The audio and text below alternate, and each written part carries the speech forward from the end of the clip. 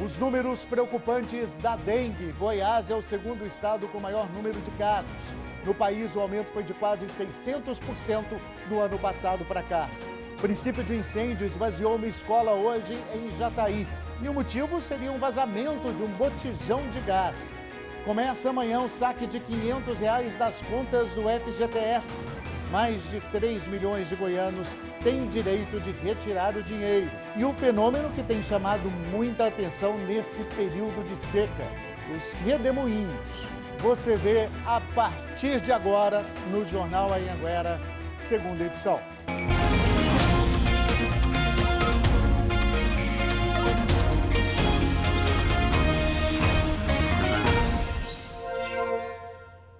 Muito boa noite para você. Nessa quinta-feira estamos ao vivo com as principais notícias da sua cidade, da sua região. Agora, 7h15. Bem-vindo ao Jornal Anhanguera, segunda edição. E a gente começa falando do número de queimadas, que esse ano em Goiás já é maior do que em 2018. Só em Itumbiara foram mais de 10 mil focos de janeiro até agora. Em todo o estado, foram registrados quase 60 mil focos de incêndio, de janeiro até agora. O Cerrado tem sido castigado. Não há benefícios em queimadas, só prejuízos. Principalmente na fauna, em animais, por exemplo, que têm dificuldade de locomoção. E os prejuízos também, à atmosfera, que é pela emissão de gases poluentes, como gás carbônico, monóxido de carbono, metano. Como nesse incêndio aqui em Itumbiara. Do canavial, as chamas se espalharam para a região de mata. Esse é mais um incêndio que entra para as estatísticas do município. De janeiro até agora, foram mais de 10 mil focos de incêndio. 121 só no mês de setembro. No município de Cachoeira Dourada, também no sul do estado, um incêndio que começou no domingo, continuou durante a semana e atingiu 2 distritos. Uma grande área de matas, canaviais e pastagens foram destruídas. Uma queimada consome há dias parte do Parque Estadual da Serra Dourada, na cidade de Goiás. 3 mil hectares já foram consumidos. O parque possui ao todo 30 mil hectares. Em Caldas Novas, uma área de preservação ambiental de 10 mil metros quadrados foi queimada. Já em Goiânia, um incêndio atingiu uma área de vegetação ao lado da pista do aeroporto. Grande parte dos incêndios tem origem criminosa. Se for pego, vai ser preso por crime ambiental, pode chegar até 4 anos de reclusão, mais multa, E se for aqui na área urbana, em lotes, baldios, pode-se chegar a 2 anos de reclusão também. Pois é, e além das queimadas, os redemoinhos têm aparecido bastante também esse ano. Teve até aquele chamado redemoinho de fogo. Mas por que será que este fenômeno acontece tanto nessa época do ano? E mais, como agir se você estiver perto de um? Uma cena impressionante que chamou a atenção de trabalhadores rurais em uma fazenda às margens da rodovia no município de Turvelândia, sudoeste do estado. Olha lá, onde está a língua de fogo, lá em cima. O redemoinho de fogo foi durante uma queimada em uma palhada de cana. Ele se dá quando tem uma alta temperatura, alta nós estamos falando acima de 35 graus, e baixa umidade do ar, geralmente quando está inferior a 20%. Quando não está ventando, essa condição favorece a uma atração do vento num local que tem um aquecimento localizado. Como assim? Começa a puxar o vento, onde tem um aquecimento localizado, formando sim esse vento que foi atraído, formando um vento em espiral que vai subindo e aí sim se dá a formação do redemoinho. Como nessa época do ano tem muitas queimadas por causa do calor e a baixa umidade, os redemoinhos se tornam cada vez mais comuns aqui na nossa região, principalmente em lugares abertos como esse aqui. E até que chova, a tendência é que esse fenômeno se torne cada vez mais frequente. Essa semana foram feitos vários registros de redemoinhos, de fogo e de terra, dentro da cidade, inclusive. Esse foi em Goiânia. Esse outro foi registrado em um bairro da região norte de Rio Verde. Para os bombeiros, esse é um fenômeno comum, mas existe um alerta para os riscos de ficar perto de um desses. A pessoa jamais se coloque durante o combate ao incêndio numa região onde haja um combustível que possa ser queimado. Ou seja, eu não vou me colocar ali em cima da palhada, em cima da vegetação, porque se aquele redemoinho vier na minha direção, ele tem algo a queimar e acaba continuando aquele redemoinho de fogo. Pois é, e a gente fica preocupado com essa seca, com a falta de água, né? O risco do rodízio de água continua para moradores abastecidos pelo rio Meia Ponte. A vazão voltou a cair. Para evitar o desabastecimento, o governo começou a usar até a água de represas que ficam perto do Meia Ponte. É desta represa, numa propriedade particular em Santo Antônio de Goiás, que vem o primeiro reforço para melhorar a vazão do rio Meia Ponte. A ideia é aproveitar até 30% da capacidade do reservatório, que é um dos mais próximos da estação de captação de água em Goiânia. A economia permite que você lá na frente divida. E fico até emocionado num momento desse poder contribuir com o pouco que a gente pode. O Estado ainda não tem um balanço sobre quantos produtores rurais já concordaram em liberar água de represas para ajudar a evitar o rodízio. A princípio, são 70 reservatórios, mas o governo do estado acredita que os responsáveis por todos eles vão contribuir. Recebi de outros produtores rurais já que estão sendo cadastrados lá dentro da secretaria para que avancemos também na captação dessa água. Nós não queremos de maneira nenhuma fazer o racionamento de água. Mesmo com a ajuda dos produtores rurais, o rodízio de água não está descartado. No site da Saneágua, a medição feita hoje de manhã indicava que a vazão do rio Meia Ponte estava em 1.480 litros de água por segundo. De acordo com o plano de racionamento, se esse índice permanecer abaixo dos 1.500 litros por segundo durante 7 dias, moradores vão enfrentar o rodízio de água. Se diminuir ainda mais a vazão, não é possível captar e levar água para a cidade. Então não tem água disponível para nenhum tipo de desperdício. Hoje, a Secretaria de Meio Ambiente adotou mais uma medida para reduzir o risco da falta d'água. Agricultores que retiravam água do rio Meia Ponte das 8 da noite às 6 da manhã, agora terão 2 horas para irrigar a plantação. E Anápolis também está com o abastecimento de água comprometido. Sem água há 15 dias, abrir o comércio é quase impossível. Você vai manipular alimento, não tem como você estar manipulando, deixa de fazer, você está perdendo venda, né? Não é difícil encontrar comércio de porta fechada. E sem ter o que fazer, escolas estão liberando os alunos mais cedo. Aqui em Anápolis existem 78 reservatórios, como esse aqui, que abastecem a cidade inteira. Hoje, moradores de 7 bairros estão sem nada nas torneiras. A Saneago disse que por causa do calor excessivo, na casa dos 35 graus aqui na cidade, o consumo de água aumenta. Por isso, alguns reservatórios estão completamente vazios. O problema do abastecimento se agravou com a explosão na subestação de energia no início da semana, principalmente na região leste da cidade. A expectativa é de que nessa noite, agora do dia 12 para o dia 13, de quinta para sexta, que nós tenhamos essa normalidade. Vamos acompanhar, né? Vamos aguardar. E olha, susto numa escola estadual em Jataí teve um princípio de incêndio. Vou chamar o Marcos Gouveia, que traz mais informações para a gente, que até a escola foi esvaziada, né, Marcos? Boa noite. Boa noite, Luciano. Boa noite a todos. Os alunos e funcionários desse colégio estadual de tempo integral tiveram que sair às pressas, mas ninguém se feriu. De acordo com a direção da escola, o incêndio surgiu na cozinha durante o preparo da merenda, atingiu um forno e também as placas de PVC que cobriam o teto.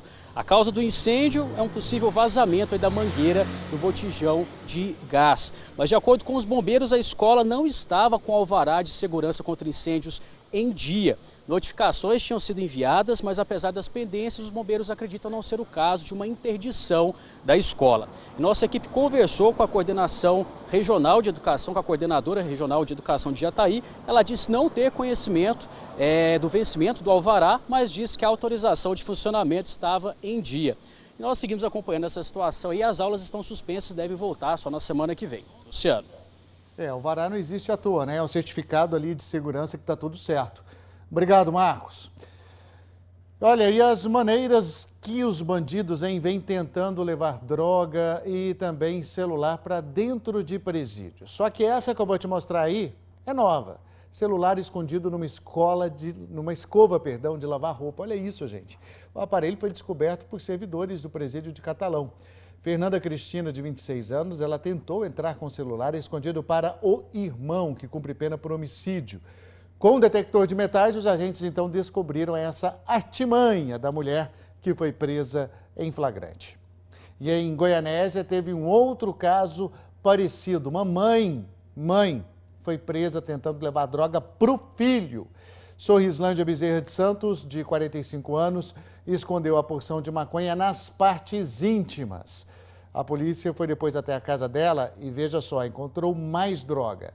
O filho da mulher aguarda julgamento por homicídio.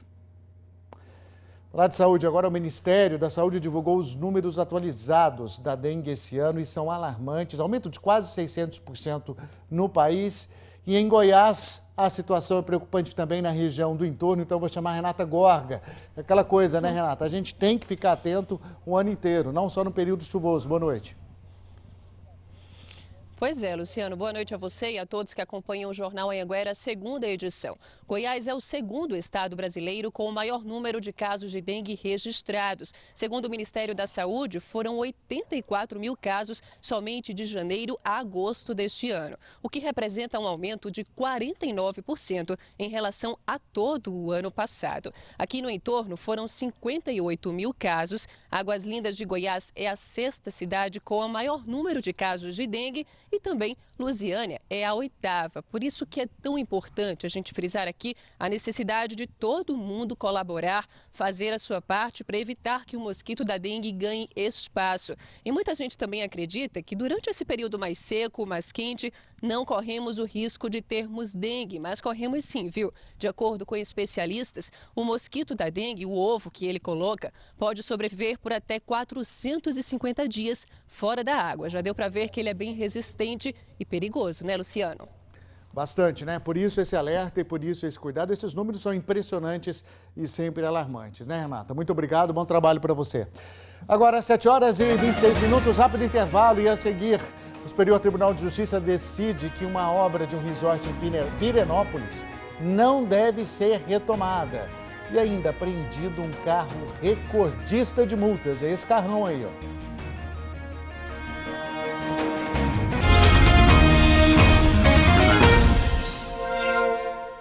29, de volta com uma decisão da Justiça. O Superior Tribunal de Justiça manteve a paralisação da obra de um resort ali no centro de Pirenópolis. Eu vou chamar o Tiago Vieira ao vivo de Anápolis. Tiago, boa noite para você. Já há toda uma preocupação, né, em manter essa preservação histórica, mas nesse caso aí foi uma decisão em relação ao meio ambiente, preservação no meio ambiente. Exatamente, viu, Luciano? Muito boa noite para você, boa noite para todo mundo. Por conta do risco ambiental, a Justiça, então, recusou o pedido da empresa, mas acatou o pedido do Ministério Público de Goiás e restabeleceu a decisão judicial que determina a paralisação das obras do Eco Resort. Em 2016, foi ordenada a suspensão imediata das obras e, após pedido dos construtores, o Tribunal de Justiça de Goiás autorizou então a retomada. Bom, 2 anos depois, o Ministério Público ofereceu denúncia por crimes ambientais contra a construtora e tudo foi paralisado de novo. Na mesma época, o tribunal pediu para embargar as obras até que houvesse uma adequação do projeto. E aí a gente entrou em contato, então, com a empresa, que disse, Luciano, que acredita na decisão da Justiça. Claro, a gente segue de olho nessa história. Talvez indicando que vai recorrer ainda, né? Vai lutar juridicamente. Obrigado, Tiago. Olha, um carro importado com mais de 30 mil reais em multas foi apreendido hoje pela Polícia Rodoviária Federal. Isso foi em Uruaçu, no norte do estado. São mais de 70 multas, a maioria por correr demais, dirigir falando ao celular e sem o cinto de segurança. O motorista tem 308 pontos na CNH, o suficiente para perder a carteira de habilitação 15 vezes. Um acidente com uma carreta carregada de combustível interditou parcialmente a BR-060 em Abadia de Goiás, sentido Goiânia. O motorista teria perdido o controle da direção. Os carros tiveram que passar pelo acostamento. A PM apreendeu em Mineiros 300 quilos de maconha e 7 pacotes de skunk, que é a versão mais forte da maconha. A droga estava num carro roubado na cidade. 2 homens foram presos e confessaram que levavam a droga do Mato Grosso do Sul para Brasília. Começa amanhã, notícia para o bolso agora, o saque de R$ 500 das contas do FGTS. Mais de 3 milhões de goianos tem direito a retirar este dinheiro. Claro que aí tem muita expectativa para receber esse dinheiro. Dona Egilda aqui está falando que a senhora tem R$ 1.741,79. Então a senhora tem direito a sacar pelo menos R$ 500. Se eu sacar para mim vai ser bom, né? Já vai me ajudar bastante, né? Ajudar em quê? Pagar uma água, uma luz, um aluguel não pago, fazer a despesinha de casa, mas vai me ajudar bastante. Segundo uma pesquisa do SPC Brasil, quase 10 milhões de brasileiros devem usar o FGTS para pagar dívidas. E essa é justamente a recomendação dos economistas. Primeiramente, pague qualquer tipo de dívida que incorra um juro exorbitante. Então você vai pegar o seu cartão de crédito, vai pegar seu cheque especial. Se você tem algum débito, pague, salde essas dívidas. Por causa do saque do FGTS, as agências da Caixa Econômica Federal vão abrir 2 horas mais cedo. O banco também informou que vai abrir aos sábados. Aqui no estado, mais de 3 milhões de goianos têm direito ao saque do FGTS. E isso deve injetar na economia quase 2 bilhões de reais. A Priscila tem direito a sacar o valor nesta sexta-feira. E isso porque ela tem conta poupança na Caixa e faz aniversário em março, mas... Quero investir na casa, por isso que eu pretendo deixar lá. Pretendo financiar uma casa. Quem é correntista da Caixa, o valor será depositado automaticamente a partir desta sexta-feira. Agora, quem não tem conta na Caixa precisa ficar atento às datas do pagamento, que varia de acordo com a data de aniversário, e vai ser liberado a partir do dia 18 de outubro. É um dinheirinho bom e importante, né? Que entra aí na conta do trabalhador. Hora da nossa tradicional imagem do dia e hoje teve Marcha para Jesus em Ipameri, no sudeste goiano, como parte das comemorações dos 149 anos da cidade de Ipameri, já no caminho aí para os 150 anos, cidade importante para o nosso estado. 1.500 pessoas, segundo a organização, seguiram pelas ruas do centro da cidade, nessa que é a 8ª edição da Marcha para Jesus em Ipameri. E atenção, porque ainda tem mais programação para hoje. Daqui a pouco ainda tem show do cantor gospel Regis Danese. Quinta-feira chegando ao fim, Jornal Anhanguera, 2ª edição também. Agora com imagens de Luziane se despedindo de você, cidade aí do entorno que deu números importantes em relação à dengue. Muito obrigado, a gente se vê amanhã.